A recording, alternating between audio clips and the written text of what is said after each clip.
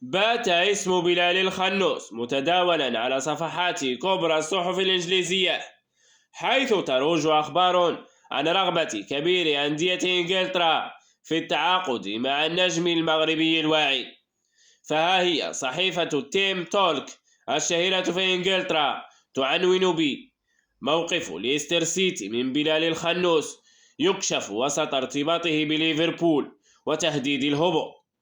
وفي نص المقال جاء أن نجم ليستر سيتي بلال الخنوس يجلب اهتمام العديد من الأندية، ومن أهم هذه الأندية كما ذكرت الصحيفة وهو ليفربول، الذي يبدي رغبته في ضم اللاعب المغربي دون تقديم أي عرض رسمي إلى حد الآن.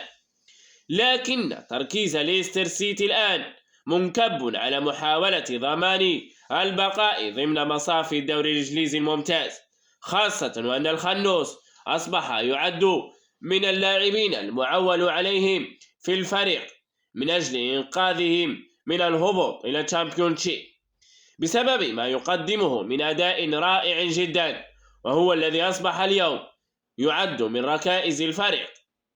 وفي حال الهبوط سيكون فريق ليستر سيتي أمام حتمية بيع اللاعب.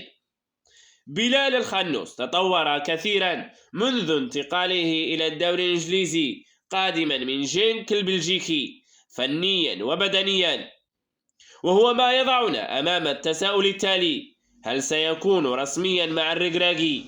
وأنا متأكد أنه سيشكل وسط ميدان رائع إلى جانب أوناحي وأمرابط.